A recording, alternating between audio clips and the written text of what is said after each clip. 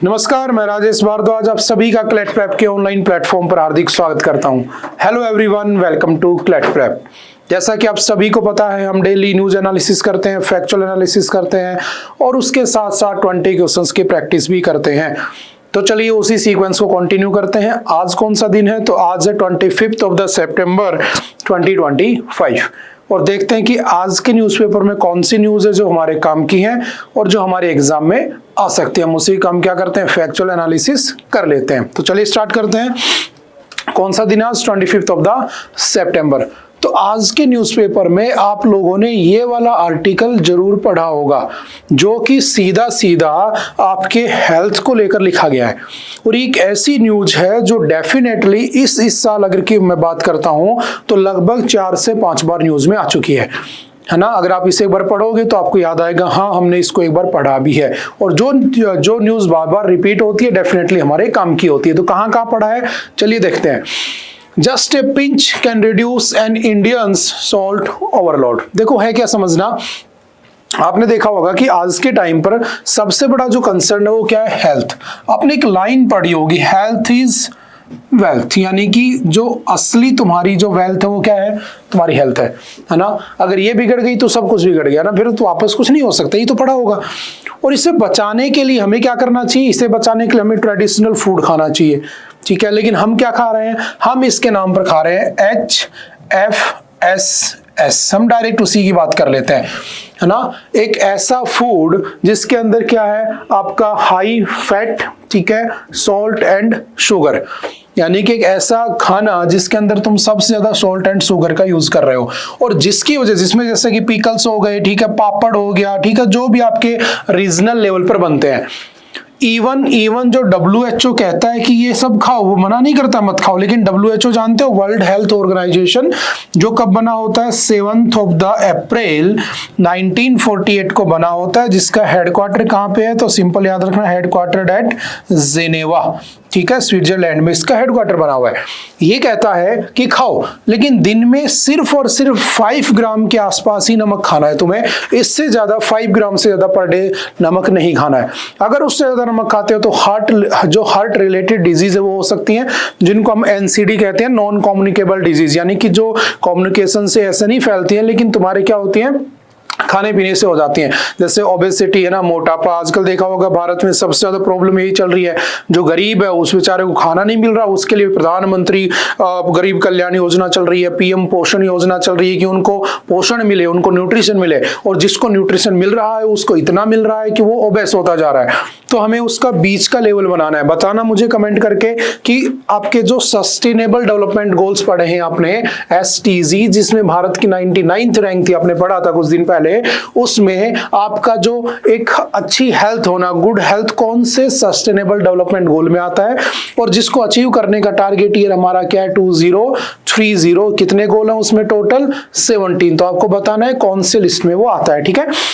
अब इसमें कहा जा रहा है कि सबसे बड़ा जो रीजन है ना ओबेसिटी का, वो क्या है, शुगर एंड ऑयल, ठीक है। और उसे हम कैसे कम कर सकते हैं? तो देखो, सरकार को कुछ ना कुछ स्कीम्स बनानी चाहिए, लेकिन भारत में कुछ नहीं चलता है ना। बहुत सारे देश है, जापान हो गया, ठीक है, मैक्सिको हो गया, उन देशों में प्रॉपर लेवलिंग होती है, उसके ऊपर लिखा होता है कि भाई इसमें बहुत ज्यादा फैट है, खाने लायक है कि नहीं है, बच्चों के लिए है कि नहीं है। यहाँ पे ऐसा कुछ नहीं है ना, तो उस चीज के लिए भी सरकार को थोड़ा सा ध्यान देना चाहिए, ठीक है, क्योंकि अगर लोग ही अच्छे नहीं रहेंगे तो देश का डेवलपमेंट कैसे हो, कैसे मोदी जी का हमारा जो सपना है विकसित भारत होने का, वो कैसे पूरा होगा अगर हम हेल्थ को ध्यान में नहीं रखेंगे। बस वही सब चीजें इसमें इन्होंने लिख रखी हैं। एग्जाम के पॉइंट ऑफ व्यू से बस 2-4 बातें याद रखना। WHO कितना रिकमेंड करता है, 5 ग्राम। ये तीसरी बार न्यूज आ रही है डायरेक्टली WHO से। एक ये कहां पर आई थी याद करो, अभी हमारा इंडिया और यूके का क्या हुआ था, इंडिया और यूके का एक ट्रेड हुआ था, आपने पढ़ा होगा, फ्री ट्रेड एग्रीमेंट हुआ था। और उस फ्री ट्रेड एग्रीमेंट में यूके हमारे जो मार्केट है उसके अंदर HFSS वाले मार्केट में एंट्री कर गया, यानी कि अब वहां से जो प्रोडक्ट है, जो हाई फैट और जो आपके शुगर और सॉल्ट के प्रोडक्ट भारत में बनेंगे, डेफिनेटली वो हमें किस डायरेक्शन में ले जाएगा, ओबेसिटी की तरफ या फिर डिजीज की तरफ लेकर जाएगा। तो इसको हमने वहां भी पढ़ा था। तो चलो इसी बात पर बताना कि यूके का जो प्राइम मिनिस्टर है उसको इसी बात के लिए इंडिया और यूके के बीच में ट्रेड करवाने के बात के ऊपर अभी एक अवार्ड दिया गया, उस अवार्ड का क्या नाम है वो तुम्हें मुझे कमेंट करके बताना, ठीक है। अगर तुम डेली पढ़ते हो तो डेफिनेटली तुम इसे जानते होगे, ये कल दिया गया है, ठीक है। सिंपल से याद रखना, इसी से हाइपरटेंशन होती है, ठीक है, जो कि भारत में लगभग 28.1% लोगों के अंदर ये प्रॉब्लम चल रही है। तो जस्ट बेसिक सी बातें हैं, थोड़ा सा आगे बढ़ जाते हैं, ठीक है। कुछ स्कीम्स भारत सरकार चलाती है, जैसे regulatory measures front of pack labelling, ठीक है, FOPL कहा गया था, लेकिन अभी तक ये चालू नहीं हुआ है, स्टार्ट नहीं हुआ है, ये भी ध्यान रखना। कौन करता है? FSSAI, food safety and standard authority of India, जो कि कब बना होता है? 2008 में। इसका एक्ट कब आया था? एक्ट आया था 2006 में, और ये कब बना होता है? 2008 में। हमें एग्जाम भी पास करना है तो फैक्चुअल डाटा भी हमें पता होने चाहिए, ठीक है।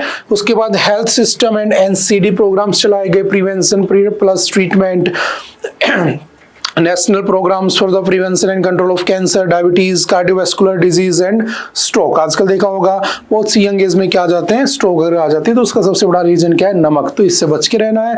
WHO का कहना है कि बेस्ट बाय इंटरवेंशन अगर कोई आज के टाइम पर, वो क्या है? आपका हेल्थ। अगर आप आज के दिन $1 खर्च करते हो खाने पे अच्छे से, है ना, यानी कि अच्छा पैसा खर्च करते हो खाने पे, तो डेफिनेटली इन फ्यूचर वो आपको 12 to 15 टाइम्स रिटर्न लेकर देगा। बात समझ में आ रही है? आज अगर तुम अच्छा खाना खाओगे तो भविष्य में उतना पैसा तुम बीमारियों से सेव कर लोगे, हमारी GDP स्ट्रॉन्ग होगी और डेफिनेटली हम विकसित भारत की तरफ भी बढ़ेंगे। तो बस वही सब बातें लिखी हुई है, ठीक है। Childrens are increasingly consuming processed foods, है ना, वही सब बातें हैं। चिली, आपका मैक्सिको, UK, जापान, इनमें बना हुआ है, लेकिन भारत में ऐसा कुछ बना हुआ नहीं है। सिंपल सा ध्यान रखना। चलते हैं थोड़ा सा आगे। Next, wind speeds of 280 km/h What made super typhoon Ragasa so intense? तो याद रखना, आपका जो चाइना है, ठीक है, उसमें रागासा पहुंच चुके हैं। रागासा का मतलब यहाँ पर क्या है? तो एक साइक्लोन है। साइक्लोन को याद रखना, चाइना में, ठीक है, आपके जापान में या पैसिफिक वाले रीजन में क्या कह देते हैं उसे? तो उसे कहा जाता है टाइफून, ठीक है। उसी साइक्लोन को याद रखना ऑस्ट्रेलिया में कहते हैं विली विली। क्या कहते हैं? Willy willy. और उसी टाइफून को अमेरिका में क्या कह देते हैं? अमेरिकन कॉन्टिनेंट में तो उसे हरिकेन कह देते हैं, या फिर वो बहुत ज्यादा नुकसान कर रहा होता है तो उसे टोरपेडो भी कह देते हैं। तो उसकी जस्ट रीजनल नेम है। हम इंडिया में उसे क्या कहते हैं?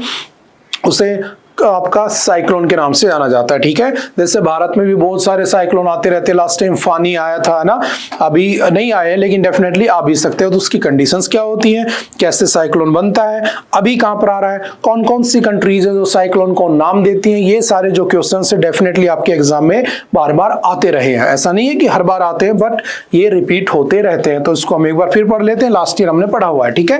तो क्या है, थोड़ा सा समझने की कोशिश करते हैं। The word cyclone was coined by Henry Paddington। तो किसने नाम दिया था साइक्लोन पहली बार? तो हेनरी पेडिंगटन ने नाम दिया था। कोलकाता में उस समय काम कर रहे थे, ठीक है, ब्रिटिश एरा के टाइम पर, ठीक है। जो कंट्रीज इसको नाम देती हैं उसके नाम जस्ट बेसिक्स याद कर लेना, ठीक है। जैसे इसके अंदर आपका आता है Bangladesh, India, Iran, Maldives, Myanmar, Oman, Pakistan, Qatar, Saudi Arabia, Sri Lanka, Thailand and UAE और यमन। ये सारे नेशंस बारी बारी से साइक्लोन को नाम देते हैं जब वो अपने इस रीजन में आता है। वहां पर है तो उसे टाइफून कहते हैं, और वहां पर उसे विली विली कह देते हैं, और अमेरिका में क्या कह देते हैं? उसे हरिकेन कह देते हैं। बस ये भी जरूर ध्यान रखना। अब बात ये आती है कि बनता कैसे है। तो cyclone is a low pressure rapidly rotating weather system that forms over warm ocean waters and is characterized by strong winds and heavy rain। देखो दो तरह के करंट होते हैं, ठीक है। अगर आपने ज्योग्राफी में पढ़ा हो थोड़ा बहुत, जो वाटर करंट्स है ना, जो पानी के अंदर जो लहरें टाइप होती है, जस्ट बेसिक सा समझ लो, ठीक है। तो वो अगर इक्वेटर से पोल्स की तरफ जा रहा होता है तो हम उसे क्या कहते हैं? वार्म करंट कहते हैं। अगर वो पोल्स से इक्वेटर की तरफ आ रहे होते हैं तो हम उसे कोल्ड करंट कह देते हैं।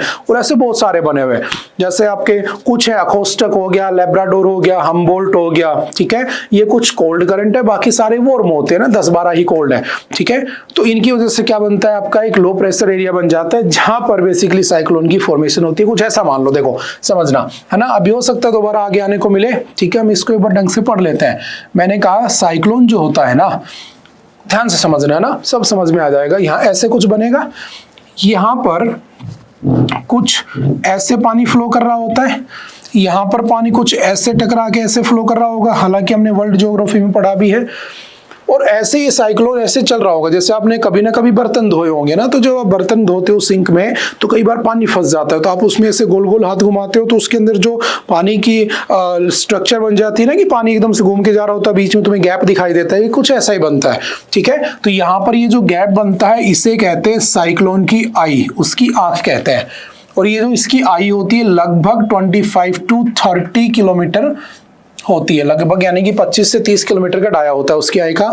कभी भी याद रखना, साइक्लोन की आई के अंदर बारिश या रेन नहीं होती है, आसपास भयंकर बारिश हो रही होती है। ठीक है, एवरेज जो साइक्लोन होता है, एवरेज साइक्लोन वो लगभग 500 किलोमीटर की डाया का हो सकता है। और जब ये आता है, हिट करता है, तो उसी यही भी एक रीजन है कि इतनी तेज हवाएं चल रही होती हैं कि बादल टकराता उड़ीसा पे है और उसकी वजह से बारिश आपके इधर इंडिया को पार करते हुए पाकिस्तान तक भी हो जाती है। समझ गए? अब इसके बनने की कंडीशन क्या होती है? तो लो प्रेशर एरिया बिल्ड होता है। देखो दो कंडीशंस है, देखें, ठीक है। एक ये होता है कि जो एवरेज टेम्परेचर है ना उस सरफेस का, है ना, पानी में बनेगा, सीधी सी बात है ना, तो वो कितना होना चाहिए? लगभग 27 डिग्री सेल्सियस प्लस होना चाहिए, यानी कि 27 डिग्री सेल्सियस के आगे ही होना चाहिए। ठीक है। दूसरा, कोरियोलिसिस force must be greater than 0। जो आपका कोरियोलिसिस फोर्स है वो 0 से ऊपर होना चाहिए। अब आप कहोगे सर कोरियोलिसिस फोर्स क्या होता है? तो ऐसा मान लो, ये अर्थ है, ये बीच में इक्वेटर है 0 डिग्री, इसके यहाँ जाऊंगा 23.5 डिग्री बन जाएगा नॉर्थ, जिसे ट्रॉपिक ऑफ कैंसर कह देते हो, और ये 66.5 डिग्री बन जाएगा नॉर्थ, और ये बन जाएगा 90 डिग्री नॉर्थ, नॉर्थ पोल और आर्कटिक लाइन। अब होता क्या है कि इस 0 के आसपास यहाँ तक, मैंने कहा ये और ये, मैंने इसको नाम दे दिया 5 डिग्री नॉर्थ और 5 डिग्री साउथ। इन दोनों रीजन के बीच में जो हवाएं होती हैं वो कैसी चलती हैं? स्ट्रेट चलती हैं। ठीक है, तो मैंने कहा कि यहां पर इस कंडीशन को कहा जाता है डोलड्रम। क्या कहते हैं? डोलड्रम, जस्ट ज्योग्राफी के टर्म है। और यहाँ पर जो CF होता है वो 0 होता है, यानी कि फुटबॉल की तरह धरती घूम रही है बहुत तेज, आप जानते हो, तो आपने फुटबॉल देखा होगा, कॉर्नर्स पे बहुत ज्यादा मूवमेंट दिख रही होगी, बीच में कम दिख रही होगी। बस ये हवाएं यहाँ तिरछी नहीं चलती हैं, हवाएं सीधी चलती हैं, बाकी ऊपर नीचे हवाएं बहुत तेज चल रही होंगी। तो यहाँ पे कोरियोलिसिस फोर्स ऑलमोस्ट 0 होता है in between 5 degree north and 5 degree south. That is why यहाँ पर कभी साइक्लोन नहीं बनेगा, क्योंकि इससे बड़ा होना चाहिए वो, और एवरेज टेम्परेचर 27 डिग्री होना चाहिए। अब आपके दिमाग में क्वेश्चन आ रहा होगा कि सर फिर कोरियोलिसिस फोर्स तो पोल्स पे बहुत ज्यादा होता है, तो पोल्स पे क्यों नहीं आते साइक्लोन, क्यों नहीं आते? क्योंकि पोल्स के ऊपर टेम्परेचर नहीं है, माइनस में टेम्परेचर भरा हुआ है। समझ में आ रही बात? इसीलिए कभी भी देखना आप 0 डिग्री के आसपास कभी साइक्लोन नहीं बनते। तो जस्ट दो कंडीशंस हैं, डाया क्या होता है, आंख क्या होती है उसकी, कैसे काम करता है, कौन कौन से देशों से नाम देते हैं। अभी कहां पर आया है? तो अभी चाइना में आया, और चाइना और उसमें आपके क्या कहते हैं उसे, जापान वाले रीजन में उसे टाइफून कह देते हैं, तूफान कह देते हैं। ठीक है, सिंपल सी बेसिक सी बातें याद रखना। चलते हैं, एक बार आ चुका है तुम्हारे एग्जाम में, चलते हैं नेक्स्ट। रोटेशन नॉर्थ हेमिस्फीयर में काउंटर क्लॉकवाइज घूमता है, यानी उल्टा घूमता है। ठीक है, साउदर्न हेमिस्फीयर में क्लॉकवाइज घूमता है। रीजनल नेम्स, ठीक है, hurricane Atlantic and north east Pacific में कह देते हैं, टाइफून नॉर्थ वेस्ट पैसिफिक में, साइक्लोन इंडियन ओशियन और साउथ पैसिफिक में इसे साइक्लोन कह देते हैं। ठीक है, सिंपल से याद रखना। नेक्स्ट चलते हैं। Demand for inclusion of Ladakh in 6th schedule, 4 killed in police firing. देखो अभी आपने नेपाल में देखा था, नेपाल में क्या हुआ था? जेनजी प्रोटेस्ट हुआ था ना, और उस जेनजी प्रोटेस्ट का रिजल्ट ये निकला था कि वहां पर सरकार को हटा दिया गया, है ना, पार्लियामेंट में आग लगा दी गई, और बहुत भयंकर तरीके से वहां पे हालात बन गए। अब कुछ ऐसा ही हल्का सा ना, पूरा नहीं कह रहा हूं मैं ना, कहा जा रहा है लोगों के थ्रू, जबकि ऐसा नहीं है। चलो इसकी कहानी मैं काफी बार समझा चुका हूं तुम्हें, लेकिन एक बार फिर से समझ लेते हैं, क्योंकि वह प्रोटेस्ट चल रहा है, पीसफुली हो रहा था। अब उनको गोलियां मारी गई, कुछ लोगों को गोलियां भी लगी हैं, और उसके बाद ये दोबारा से क्या आ गया, न्यूज में आ गया, 4 लोगों की डेथ भी होगी, जैसा कुछ नेपाल में हुआ था। तो देखो है क्या समझना। ठीक है, हुआ क्या था, आप लोगों ने पढ़ा होगा जम्मू एंड कश्मीर। ठीक है, जिसने नहीं पढ़ा है वो समझ ले दोबारा। जम्मू कश्मीर, ठीक है, जम्मू कश्मीर जो था उसको आर्टिकल 370 के रूप में जोड़ा गया था। ठीक है, तो जब हम इंडिया इंडिपेंडेंट हुआ तो ऑलमोस्ट सभी ने कहा कि हम कुछ भारत में रहना चाहते हैं, कुछ पाकिस्तान जाना चाहते हैं, यही तो ऑफर था। तो कुछ चले गए, कुछ रह गए।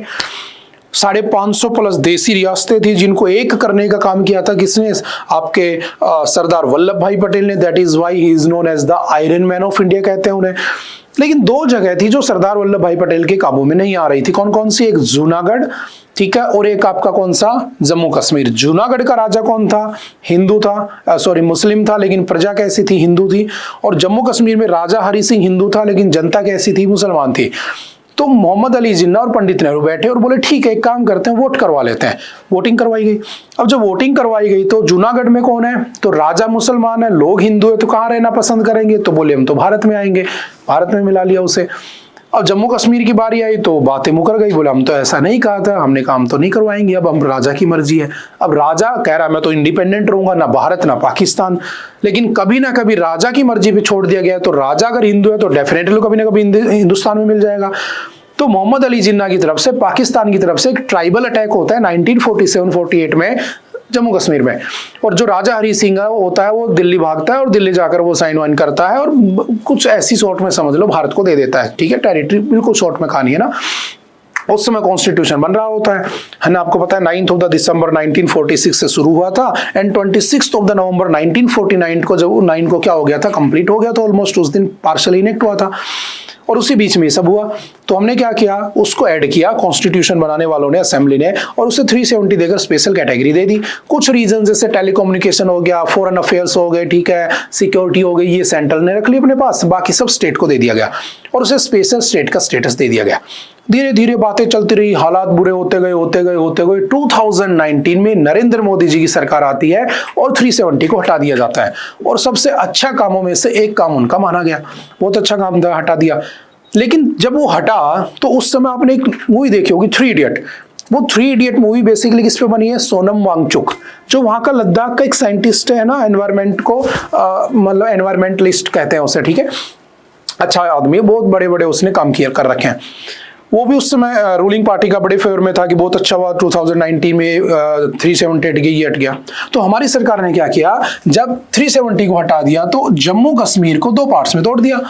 एक बोले जम्मू कश्मीर रहेगा, ठीक है, इसको यूटी बना दिया, बट इसके अंडर लेजिस्लेचर को स्टेटस को डाल दिया, जैसे दिल्ली है, पुडुचेरी है, यानी सीएम भी रहेगा प्लस वो यूटी भी रहेगी, ठीक है, ऐसा जैसे 3 हमारे पास। और लद्दाख के बारे में बोले कि ठीक है भाई, लद्दाख के लोगों तुम्हें क्या करते हैं हम यूटी बनाकर छोड़ देते हैं। बट उनसे प्रॉमिस किया गया कि हम तुम्हें क्या करेंगे? स्टेट का स्टेटस दे देंगे। बट वो स्टेट का स्टेटस नहीं दिया गया 2019 में, ठीक है। 24 आ गया, इलेक्शन का टाइम आ गया। उन लोगों को लगा कि हमारी बातें सुनी जाएंगी, उन लोगों ने प्रोटेस्ट किया। आज ही सुबह मैं सोनम वांगचुक की स्पीच सुन रहा था, वो वही बातें दोहरा रहे थे और उन्होंने उसमें कहा कि ठीक है, हमें क्या दो? स्टेट का स्टेटस दो। लेकिन कौन सा स्टेट दो हमें? तो उन्होंने कहा कि हमें स्टेट चाहिए शेड्यूल नंबर 6। अब आप कहोगे सर शेड्यूल नंबर 6 क्या होता है? तो देखो, शेड्यूल नंबर 6 में देखो टोटल 12 शेड्यूल है, ठीक है। जो शेड्यूल नंबर 5 है उसमें लिखा है आपके सारे स्टेट के एसटीज और इनके बारे में लिखा है। बट कुछ स्पेशल स्टेट हैं, जैसे कि मैंने कहा ATMM, ठीक है। ये पहले आ चुकी है न्यूज, जब लद्दाख को 85% रिजर्वेशन दिया गया था, तो हम पढ़ चुके हैं पहले, है ना। कुछ बच्चों ने नहीं भी पढ़ा होगा। एक A for Assam, T for Tripura, M for Meghalaya, M for Mizoram, ठीक है। आसाम, त्रिपुरा, मेघालय, मिजोरम दे दिया गया, ठीक है। उनको स्टेटस स्पेशल कैटेगरी दे दी, यानी कि वहां पर रीजनल कम्युनिटीज है, ठीक है, रीजनल ग्रुप बने होंगे, उनकी परमिशन के बिना आप वहां पे कुछ डेवलपमेंट नहीं कर सकते हो, यानी कि वहां के ट्राइबल लोगों के राइट को ज्यादा बचाने की बात की गई। तो ये चाहते हैं कि हमारे यहाँ ट्राइबल लोग ज्यादा रहते हैं, तो हमारे राइट को बचाने के लिए हमें किसमें इंक्लूड कर दो? शेड्यूल नंबर 6 में। बट सरकार ने नहीं किया। 2024 में इन लोगों ने प्रोटेस्ट किया, 20,000 लोग सड़कों पर उतरे, उनको जेल में डाल दिया गया। सोनम वांगचुक दिल्ली की तरफ आया, उसे उठाकर जेल में डाल दिया गया। बाद में बातें शांत हो गई, उसने हंगर स्ट्राइक किया, लेकिन 12 दिन तक कुछ नहीं हुआ, तो उसने फिर अपनी स्ट्राइक तोड़ ली, ठीक है। और तब से मूवमेंट चल रहा था। अभी जस्ट 25 है, पिछले साल की तो बातें मैं रिपीट कर रहा हूँ, पिछले साल इस समय यही सब पढ़ रहे थे हम, ठीक है। बीच में शांत हो गया था, फिर से हो गया। अब इस बार लोग दोबारा से बैठ गए। तो लोगों की डिमांड क्या है? देखो, लोगों को ये ऑफर दिया जा चुका है 85% reservation to the Ladakhi people. और जो लद्दाख में पिछले 15 साल से वहां का डोमिसाइल लेके बैठा है, फ्रॉम लास्ट 15 ईयर्स, उसको क्या दे देंगे? वो 85% रिजर्वेशन दे देंगे।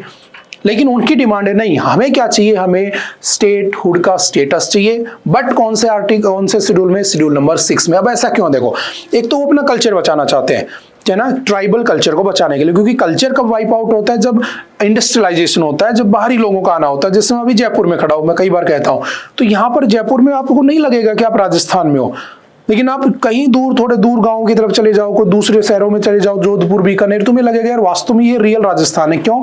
इंडस्ट्रियलाइजेशन, बाहर के लोगों का आना, इंडस्ट्रीज का लगना, कल्चर खत्म हो जाता है। तो वो अपना कल्चर बचाना चाहते हैं।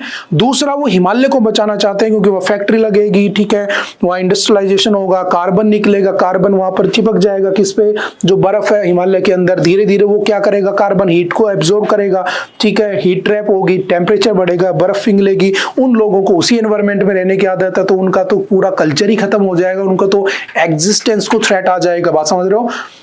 इस वजह से वो लोग चाहते हैं कि हमें एटीएमएम में डाल दो, ताकि हमारे जो कुछ राइट हैं ट्राइबल लोगों के, वो हमेशा प्रोटेक्टेड रहें। बट गवर्नमेंट ऐसा नहीं कर रही है। That is why they are protesting from last 5 years। Last year बहुत ज्यादा प्रोटेस्ट हो गया था, है ना। सोनम वांगचुक जी ने कहा कि वहां पर चाइना ने कैप्चर कर लिया है भारत की बाउंड्री, में दिखाऊंगा लोगों को, उन्हें उठाकर जेल में डाल दिया गया। ऐसे बहुत सारे सीन हुए। तो अभी पिछले 8-10 दिन पहले लोग फिर से बैठे, अब दोबारा से कल क्या हुई, वहां फायरिंग हो गई और 4 लोगों की उसमें डेथ हो गई, ठीक है।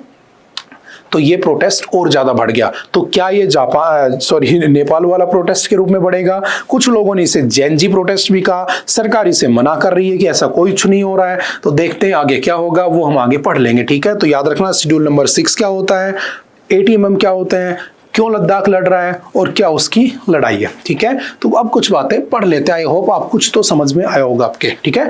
लद्दाख करंटली हैज 2 डिस्ट्रिक्ट, पहले उसमें 2 डिस्ट्रिक्ट थी, अब 5 डिस्ट्रिक्ट और ऐड कर दी गई। तो आप लोग मुझे बताओगे कौन कौन सी ऐड की गई है, ठीक है, वो भी आपको याद होना चाहिए। 6th schedule, statehood status, Sonam Wangchuk, वही सब बातें हैं।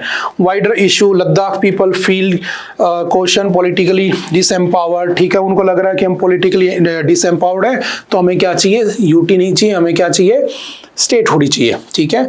और उसके बाद उनको 15 years रेजिडेंसी, वो सब अभी बढ़ाना, हमने उनको जॉब वगैरह दे दी गई, लेकिन उन्होंने उसको नकार दिया, ठीक है।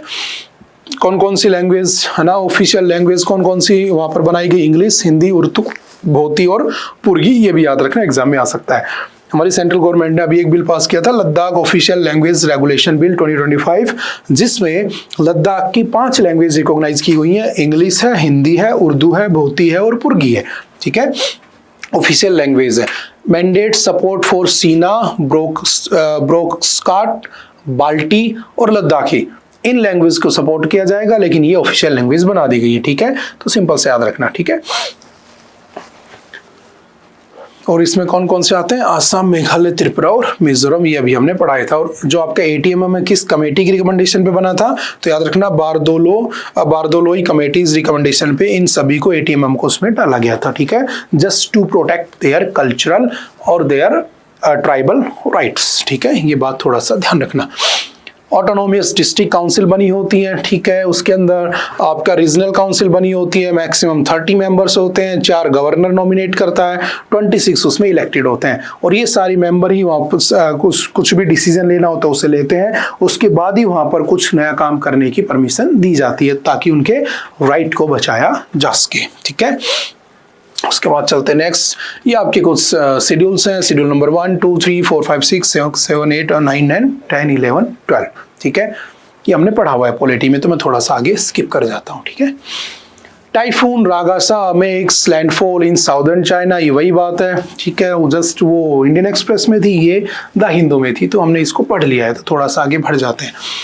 Lovely professional university will host Bharat innovation challenge 2025 for students. तो याद रखना, इस बार का जो भारत इनोवेशन जो चैलेंज है वो ऑर्गेनाइज किया जा रहा है by lovely professional university, Phagwara, Punjab, ठीक है। तो सिंपल 1 लाइनर में याद रखना कौन कौन से क्या होता है इसमें। तो देखो, आत्मनिर्भर भारत ऐप इनोवेशन चैलेंज 2020 में स्टार्ट हुआ था, to create an ecosystem for Indian entrepreneurs and startups to develop and sustain tech solutions for India and the world, promoting make in India for India and the world. आपने देखा होगा आजकल मोदी जी ने कहा था वोकल फॉर लोकल, हमें देश में पसीने से बने हुए प्रोडक्ट को यूज करना चाहिए, ऐसी सब बातें सुनी होंगी। तो इसका मतलब यही है कि हम क्यों ना हम खुद का अमेजोन बना लें, क्यों ना खुद का गूगल बना ले चाइना की तरह, क्यों ना खुद का व्हाट्सएप बना लें, क्यों ना खुद का इंस्टाग्राम बना ले, ताकि हमें कहीं जाना ही ना पड़े, हमारा पैसा हमारे पास ही रहे।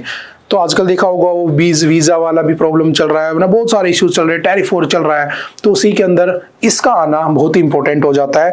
क्या करता है ये, तो इसके अंदर इनोवेशंस में जो जो नए स्टार्टअप्स खुले होते हैं उनको अवार्ड दिया जाता है, ठीक है, और उनको थोड़ा सा मोटिवेट यानी कि दूसरों को मोटिवेट भी किया जाता है कि देखो इनकी तरह हमें देश को आगे ले जाना है। तो बस वही बातें हैं। कहाँ पर हो रहा है, तो पंजाब में हो रहा है, ठीक है।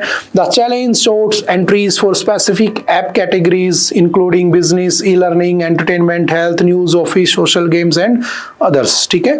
माई गवर्नमेंट प्लेटफॉर्म पे आप इसे रजिस्टर कर सकते हो, ठीक है। विनर्स को पैसे वैसे दिए जाते हैं, ठीक है। सिंपल सी 2-4 बातें याद रखना वन लाइनर में, ठीक है। बढ़ जाते हैं थोड़ा सा आगे। ऑब्जेक्टिव क्या है, to connect and emerging startups with real world industry, ठीक है। जस्ट वही सब बातें जो अभी हमने पढ़ा था, किसके अंडर होता है, तो अटल भारत मिशन के अंडर से करवाया जाता है, ये भी याद रखना, ठीक है। ठीक है, चलते हैं थोड़ा सा आगे।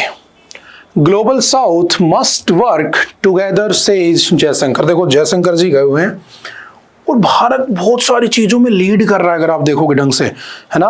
तो पैरेलली यूएन है, यूनाइटेड नेशन है, पैरेलली डब्ल्यूएचओ है, पैरेलली डब्ल्यूटीओ है, पैरेलली एफएओ है, पैरेलली बहुत सारे ऑर्गेनाइजेशंस बने हुए हैं जिसमें ग्लोबल नॉर्थ का दबदबा है। दबदबा समझते हो ना, हो रहा है उन लोगों का वहां पे, ठीक है। समझ में आ रही बात।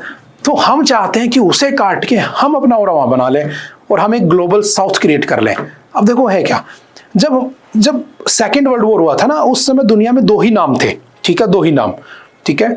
एक था यूएसए, एक था यूएसएसआर, और 2 ब्लॉक बने हुए थे, पोलराइजेशन हो रखा था।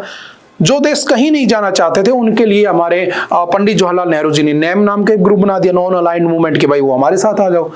बट मैं ये कहना चाह रहा हूं कि उस समय या तो यूएसएसआर का ब्लॉक था, ठीक है, जिससे रशिया निकला है आगे चल के, या फिर यूएसए का ब्लॉक था, ठीक है, समझ रहे हो बात। लेकिन तभी उसी समय एक नया वर्ड दिया गया जिसे कहा गया थर्ड वर्ल्ड, जिसमें उन सभी देशों को ऐड कर दिया जो किसी की तरफ नहीं थे और उन्हें गरीब देश कहा गया। यानी कि इसमें उसको क्या कहा गया, जैसे for example third world, it was coined by Alfred Sauvy, 1952 में इन्होंने नाम दिया और कहा कि poor nations out of USSR and USA bloc को इन्होंने थर्ड वर्ल्ड कह दिया। तो बाकी के सभी देशों को ना थोड़ी बेइज्जती फील हुई, यार हमें कैसे कह दिया इन्होंने गरीब देश, हम गरीब नहीं है। तो इन्होंने कहा नहीं यार ये तो गलत बात है। आगे चल के उन्हीं लोगों को 1969 में कार्ल ओग्लेस्पी ने क्या नाम दिया, उसे ग्लोबल साउथ कह दिया। अब आप कहोगे सर क्या है ये ग्लोबल साउथ, क्या है ग्लोबल नॉर्थ? चलो मैं दूसरी लैंग्वेज में समझा देता हूं जिससे तुम समझ पाओ। देखो मैंने कहा कि ये दुनिया का नक्शा है, समझना, बहुत न्यूज में है आजकल। तो जो तुम्हारे सामने ये पिंक कलर है, आई होप ये पिंक ही होगा ना, जो भी आप समझ जाना, ये वाला जो कलर है, इस कलर में, ठीक है, जो है वो है ग्लोबल नॉर्थ, ठीक है, यानी कि अमीर देश है, डेवलप्ड कंट्री है बेसिकली। और जो ये येलो सा कलर है, ठीक है, ये बेसिकली क्या है, आपका लेस डेवलप्ड कंट्री है, ठीक है, यानी कि इसे ग्लोबल साउथ कहते हैं। अब ऐसा मत मान लेना कि पूरी धरती को बीचों बीच 2 टुकड़ों में तोड़ दिया 0 डिग्री से, नीचे वाला साउथ ऊपर वाला नॉर्थ, वो हेमिस्फीयर में होता है। अब देखो यहां से ये ऊपर वाले सारे कंट्री क्या है, ग्लोबल नॉर्थ नॉर्थ नॉर्थ, और यहां से घूम के ऑस्ट्रेलिया और ये किस में चले गए, ग्लोबल नॉर्थ में चले गए, यानी कि डेवलप्ड है, पैसे वाले हैं। और जो ये बच गए ना, ये सारे गरीब देश माना गया इन्हें। लेकिन चाइना तुम जानते हो आधी दुनिया को लोन देके बैठा है, तो ये हालात बदल चुके हैं डेफिनेटली, और हम चाहते हैं और बदले। इसलिए ग्लोबल साउथ में सबसे बड़ा जो प्लस पॉइंट है वो ब्रिक्स का है, जिसमें इंडिया भी है, चाइना भी है, साउथ अफ्रीका भी है, ब्राजील भी है, समझ रहे हो। तो ये सारे मिलकर, हालांकि रशिया भी इसमें आता है, ठीक है, रशिया भी हमारा मित्र हो चुका है, तो ये सारे मिलकर चाहते हैं कि हम इस ग्लोबल नॉर्थ को रिप्लेस कर दें।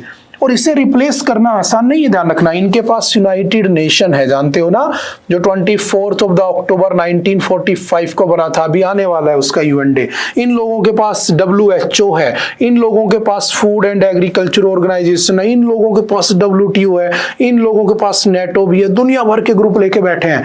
तो इनको रिप्लेस करना इतना आसान नहीं है। तो इन्हीं के पैरेलली इंडिया उसको लीड करते हुए, ध्यान रखना, मैं बार बार इस बात पे जोर दे रहा हूं, इंडिया लीड करते हुए क्या कर रहा है, एक नया वर्ल्ड बनाने की कोशिश कर रहा है, जिसे वो ग्लोबल साउथ कह रहा है। और किसको टक्कर देंगे हम, ग्लोबल नॉर्थ को, समझ गए।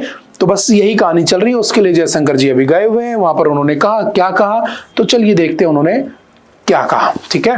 The world is facing multiple shocks, pandemic, Ukraine Gaza, ठीक है, वो climate change, trade disruptions, the global south, developing countries of Asia, Africa, Latin America is most affected. These countries are looking to multilateralism, UN, WTO, etc. ठीक है, इनका solution बनाना है हमें. ये बातें हमने जस्ट पढ़ ली. क्या कहा उन्होंने, चलिए अब पढ़ते हैं. इंडिया क्या करना चाह रहा है, call for collective voice of global south plus UN reforms. ठीक है, जैसे आपका UNSC है ना, सिक्योरिटी काउंसिल, ऐसा ही हम भी क्या करना चाहते हैं, खुद का बनाना चाहते हैं. 20 कंट्री है, इसमें ध्यान रखना है, एग्जाम के पॉइंट ऑफ व्यू से याद रखना. 9 एशिया की है, जिसमें Bahrain, Indonesia, Qatar, Singapore, Vietnam भी है. 6 अफ्रीकन कंट्री हैं, ठीक है. उसके बाद 5 अमेरिकन कंट्री है, Cuba, Jamaica, Suriname, Trinidad, Tobago और सेंट लूसिया. ठीक है, अभी मोदी जी गए भी थे टोबैगो, आप जानते हो. ठीक है, समझ गए, टोबैगो की बात हो रही है. ठीक है, US criticism of UN plus cuts in funding, withdrawal. ठीक है, इस वजह से भी सबसे ज्यादा इफेक्ट किस पे पड़ा, इन छोटे देशों के ऊपर जो डेवलपिंग फेज में है. तो देखो अभी आपने पढ़ा था US withdrawal from Paris agreement, US withdrawal from WHO. तो भाई फंडिंग कौन देगा कल को अगर कुछ बीमारी आ गई तो, क्योंकि US ने तो विड्रॉ कर लिया. तो पूरा इफेक्ट किसके कंधों पर आ गया, इंडिया, चाइना जैसे जो डेवलपिंग देश हैं. तो ये सोच रहे हैं कि क्यों ना उनकी डिपेंडेंसी खत्म कर दें. समझ रहे बात को. तो कुछ फैक्चुअल डाटा याद रखना और कुछ बातें याद रखना. ठीक है, तो जस्ट टू रिप्लेस ना, ऐसा किया जा रहा है. वर्ल्ड बैंक का कहना है there is a shift of wealth from north Atlantic, Europe and America to the Asia Pacific. By 2030 3 out of 4 largest economies will be from global south. ऐसा WHO का अनुमान है कि 2030 तक जो दुनिया की 4 सबसे बड़ी इकोनॉमीज होंगी ना, वो साउथ से होंगी. तो डेफिनेटली हम आगे तो बढ़ रहे हैं, लेकिन उसके लिए हमें एक ग्रुप बनाने की जरूरत है. जैसे देखो आगे ना, the BRICS nations, Brazil, Russia, India, China, South Africa now have a bigger GDP than the G7. सोच रहे हो, G7 जो ग्लोबल ग्रुप ऑफ 7 कंट्रीज है, जिसमें अमेरिका ये सब है, जो ऑयल क्राइसिस से निपटने के लिए बने थे 1975 में, उसकी GDP को इन देशों ने क्रॉस कर दिया है ना. तो डेफिनेटली एक नया वर्ल्ड बनाने की कोशिश की जा रही है. तो बस वही इसी से ट्रम्प भी नाराज है. दैट इज वाई इन देशों के ऊपर क्या करता रहता है, वो टैरिफ लगाता रहता है. तो सब कहानियां वही है, बस नाम बदल गए हैं, रूप बदल गया उसका. ठीक है, तो आई होप आप समझ रहे होंगे बातों को. चलते हैं, याद भी रखना. ठीक है, एग्जाम भी निकालना है. ठीक है, चलते हैं आगे. Voice of global south summit, ठीक है, इसमें 125 प्लस कंट्रीज ने वर्चुअली पार्टिसिपेट किया और ये चाहते हैं कि UNSC में रिफॉर्म हो. ठीक है, इंडिया को परमानेंट सीट मिले, अफ्रीका, लैटिन अमेरिका को भी क्या मिले, परमानेंट सीट मिले. आप जानते हो ना, यूनाइटेड नेशन सिक्योरिटी काउंसिल में there are 15 total seats. 10 are non permanent and 5 are permanent. और जिसके पास 5 परमानेंट सीट है उसी को हम वीटो पावर कहते हैं. तो इंडिया का भी यही कहना है कि भाई हमें भी दो, क्या वीटो पावर दो. कौन कौन के पास है, UK के पास है, USA के पास है, तुम सबके फेवरेट रशिया के पास है, और फ्रांस और चाइना, इन सब के पास है. इंडिया को भी मिले ऐसा हम चाहते हैं. ठीक है ना, इंडिया को इसमें लीडर बनाया गया है ग्लोबल साउथ का. ठीक है, काउंटर टू चाइनास इन्फ्लुएंस. ठीक है, वो भी ध्यान रखना. डिप्लोमेसी टूल, ठीक है, वही सब बातें लिखी हुई हैं. हाँ, एक बात याद रखना, हमने 1964 में ग्रुप ऑफ 77 भी बनाया था. किसको काउंटर करने के लिए, by the developing Nations at the United Nations. The group was founded on June 15, 1964 following the first session of United Nations Conference on the Trade and Development in Geneva, where the joint declaration of 77 developing countries was issued. Although the number of member countries has grown significantly since then, the group retains its original name. ठीक है, उसके बाद इसका नाम भी बदल के global north कर दिया गया. ठीक है, तो सिंपल सा याद रखना factual data. Next, self style godman booked for sexually harassing 17 student. देखो फिर एक बाबा है ना, न्यूज में निकल के आए और आते रहते हैं. हुआ क्या, इनका नाम क्या है, तो इनका नाम है स्वामी चैतन्यानंद. ठीक है, एक इससे पहले आपने पढ़ा होगा स्वामी नित्यानंद. स्वामी नित्यानंद ने क्या किया था पता है, उसके ऊपर रेप केस थे, है ना, मर्डर केस थे, है ना, आपके किडनैपिंग के केस थे, भाग गया. इक्वाडोर जानते हो, उसके पास एक छोटा सा आइलैंड खरीद लिया और वहां पर उसका नाम रख दिया यूनाइटेड स्टेट्स ऑफ कैलासा. उसने डॉलर करेंसी बना दी, है ना, उसके क्या बोलते हैं, कैलासियन डॉलर. ठीक है, अपने कैंडिडेट को, अपने डेलीगेट को यूनाइटेड नेशंस की जो मीटिंग होती है जनरल असेंबली, उसमें भेजा. और ओपनली वेबसाइट बना रखी है, आप उसकी सिटीजनशिप ले सकते हो, और उसका जो थीम है उस देश की वो है कि जो सताए हुए हिंदू लोग हैं ना वो डेफिनेटली वहां जा सकते हैं, ठीक है, और वहां पर वो रह सकते हैं। ऐसा करके उसने ऐसा एक इमेजिनरी वर्ल्ड भी बना रखा है, ठीक है, वो अपने अकॉर्डिंग उसके अकॉर्डिंग समझ गए। तो ऐसे बहुत सारे बाबा आते रहते हैं, जैसे आसाराम के बारे में पढ़ा होगा, राम रहीम के बारे में पढ़ा होगा। एक और आ चुके मार्केट में, क्या नाम है उनका, चैतन्यानंद। क्या 17 लड़कियों के साथ इनके साथ सेक्सुअल हैरेसमेंट का केस है, ठीक है। और जो बात मुझे सबसे ज्यादा परेशान करने वाली लगी वो इसमें लिखी हुई है। क्या लिखी हुई है? The police recovered the text message that read, come to my room, I will take you abroad for a trip, you won't have to pay, and if you don't listen to me I will ensure that you fail. मतलब school वगैरह खोल लेते हैं, आराम रहीम की कहानी आप जानते हो, ठीक है, और बच्चियों से कहते थे कि मेरे पास आओ, हम तुम्हें विदेश लेकर जाएंगे, नहीं आओगे तो हम तुम्हें फेल कर देंगे। अब बच्चों के दिमाग में, छोटे छोटे बच्चे होते हैं ना जो भी है ना, उनके दिमाग में पास होने का डर बड़ा रहता है। तो ऐसे करके बहुत से बच्चों के साथ उन्होंने सेक्सुअल हैरेसमेंट किया, और अब डेफिनेटली उनको पकड़ लिया गया है, ठीक है। तो जस्ट सिंपल से याद रखना, ठीक है। आगे न्यूज बढ़ेगी, क्या होगा क्या नहीं होगा, है ना। आपने पढ़ा होगा जीरो एफआईआर के चक्कर में कौन पकड़े गए थे? बाबा आसाराम जो भी थे तुम्हारे, ठीक है। तो सिंपल सा याद रखना, ठीक है। लग्जरी कार मिली है इनके पास, फेक डिप्लोमेटिक नंबर प्लेट्स मिली हैं, ठीक है। फर्जी पुलिस वालों को फर्जी ड्रेस पहना कर रेड करवाते थे ना, तो बहुत सारे इनके ऊपर एलिगेशंस लगे हैं। अभी इनके ऊपर जो कार्रवाई वो चल रही है, देखते हैं अभी आगे क्या होता है, ठीक है। साउथ दिल्ली के वसंत कुंज के डायरेक्टर क्या नाम है, स्वामी चैतन्यानंद, ठीक है। सिंपल से याद रखना, ठीक है। चलते हैं आगे, ये न्यूज आगे काफी दिन चलेगी, हम इसको फिर पढ़ लेंगे, ठीक है। Next, India's muted voice, it's detachment with Palestine. देखो जो पैलेस्टाइन है, इजराइल है, हमास है, गाजा है, हिजबुल्ला है, हाउदी है, ठीक है। पैलेस्टाइनियन जो ग्रुप है हमने खूब पढ़े हुए हैं। 3-4 साल से लड़ाई चली आ रही है, पहले से लड़ाई चल रही थी। इजराइल हमास से कन्वर्ट होकर इजराइल ईरान पे चली गई। ऑपरेशन मिडनाइट हैमर आपने पढ़ा, ऑपरेशन ट्रू प्रॉमिस 2 आपने पढ़ा, ऑपरेशन आपने जो राइजिंग लॉइन, ये सब पढ़ रखे हैं डेफिनेटली। तो बस वही कहानी चल रही है कि इंडिया जो है वो उससे दूर क्यों भाग रहा है, इंडिया ने पैलेस्टाइन को रिकॉग्नाइज करने के फेवर में वोट क्यों नहीं दिया आज तक। तो बस उसी के ऊपर ये आर्टिकल है।